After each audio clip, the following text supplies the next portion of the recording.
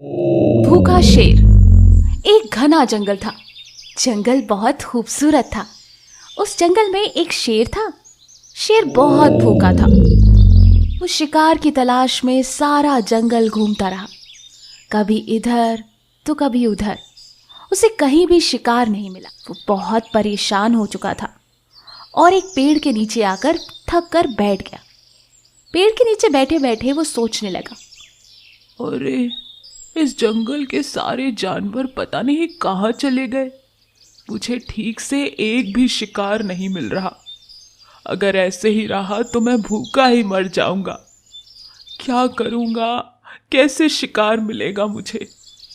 शेर बहुत परेशान था और इसी सोच में डूबा हुआ था कि तभी अचानक उसे ख्याल आया। अरे हाँ, यहाँ तो शिकार मिलने से रहा। मैं एक काम करता हूँ, मैं पास के जंगल चला जाता हूँ। मैंने सुना है कि वहाँ बहुत सारे जानवर हैं। मुझे खाने के लिए वहाँ कुछ ना कुछ जरूर मिल जाएगा। ये सोचकर शेर पास के जंगल की तरफ निकल पड़ता है। जैसे ही वो पास के जंगल में पहुंचता है, उसकी नजर पेड़ के नीचे सोते हुए एक खरगोश पर पड़ती है। अरे वाह, पता नहीं था किस मुहूर्त में निकला हूँ। जंगल में कदम रखते ही शिकार सामने ही आ गया। शेर खरगोश को देखकर मजे लेते हुए उसे पकड़ने जाता है, धीरे धीरे। कि तभी उसकी नजर घास चरती हुई एक हिरन पर पड़ती है। शेर हिरन को देखकर और भी खुश हो जाता है। अरे वाह, एक बड़ा सा भोजन! ये तो खरगोश से भी बड़ा है। अचानक मेरे सामने आ गया। लगता है आज भगवान मुझ पर कुछ ज्यादा ही मेहरबान है। एक से बढ़कर एक भोजन मेरे सामने आ रहे हैं। अब इस छोटे से खरगोश को कौन खाएगा? मैं तो इस हिरन को पकड़ूंगा, फिर आराम से बैठकर 2-3 दिन इसे खाऊंगा। शेर इसी ख्याली बिरयानी पकाने में लगा हुआ था। इतने दिनों के बाद कितना सारा भोजन! अगर पहले आ गया होता तो इतना सारा शिकार करके खा खा के मोटा और सुंदर हो गया होता। जंगल की सारी शेरनियां मेरे पीछे दीवानी हो जाती। आहा, चलो कोई बात नहीं, अब मैं सारे जानवरों को खा जाऊंगा। हा हा हा। इधर जैसे ही हिरन ने शेर को देखा, अरे बाप रे, शेर कमबख्त ये कहाँ से आ गया? वो तुरंत वहां से भाग गया। हिरन की आवाज सुनकर इधर खरगोश नींद से जागा, वो भी भाग गया। बेचारा शेर अपने ख्याली पुलाव और ज्यादा की लालच में दोनों शिकार खो बैठा। इस कहानी से हमें ये सीख मिलती है कि और ज्यादा की लालच में आकर हम अक्सर जो हमारे पास होता है उससे भी खो देते हैं। 3 हिरण। एक सुंदर सा और बड़ा सा जंगल था। उसमें 3 हिरण मिलजुल कर रहते थे। वो तीनों हिरण एक दूसरे के साथ बहुत प्यार करते थे। जंगल के बाकी सारे जानवर उन तीनों को साथ देखकर बहुत खुश होते थे। वो तीनों हिरण जहाँ भी रहते थे, तीनों मिलकर ही रहते थे। जहाँ जाते थे साथ जाते थे, जो भी खाते थे मिल बांट कर खाते थे। एक दिन उस जंगल में एक बड़ा सा बाघ आ गया। बाघ ने जब उन तीनों हिरणों को देखा तो उसने सोचा, वाह, आज तो बहुत अच्छा दिन है मेरा। तीनों को मार के शानदार भोजन करूंगा।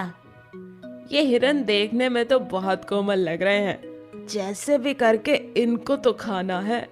इनका मांस खा के कम से कम 2 दिन पेट भरा ही रहेगा। ऐसा सोच के बाघ उन हिरणों की तरफ देखा और जोर जोर से दहाड़ने लगा। जैसे ही उन तीनों हिरण ने बाघ को देखा, उसको देखकर वो डरने लगे और बोले, पहला हिरन, हे भगवान, वो बाघ तो हमें ही घूर रहा है। बहुत भूखा है शायद। अब क्या होगा? वो तो हमें मार कर खा ही जाएगा।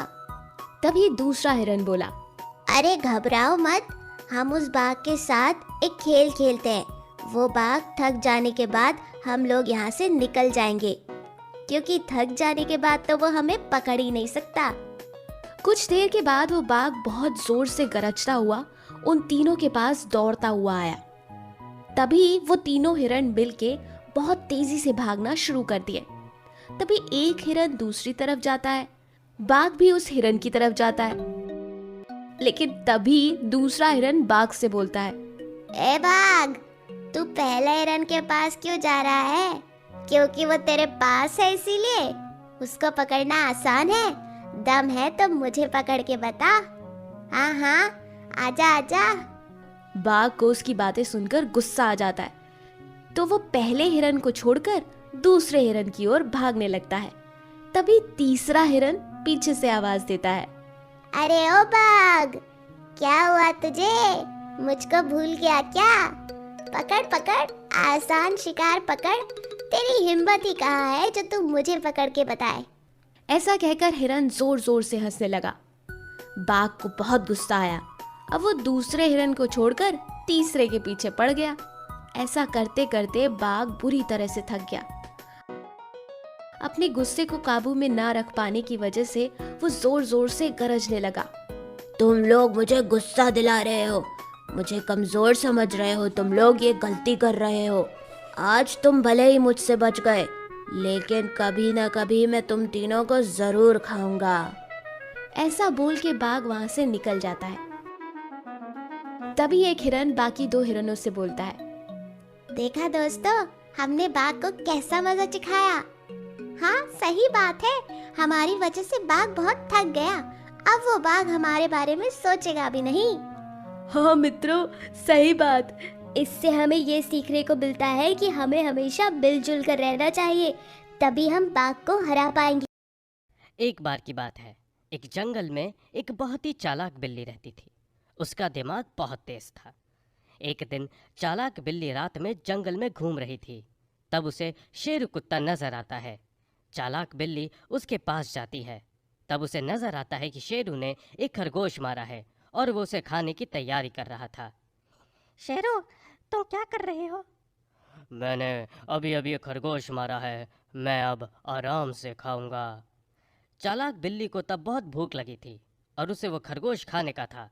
उसे ये भी पता था कि शेरू तो उसे खाने के लिए नहीं देगा, इसीलिए वो दिमाग लगाती है और कहती है, शेरू क्या तुम्हें पता नहीं, रात में खरगोश खाने से भूत पीछे लग जाते हैं और जब वो तुम्हें पकड़ लेते हैं वो तुम्हें खा जाते हैं।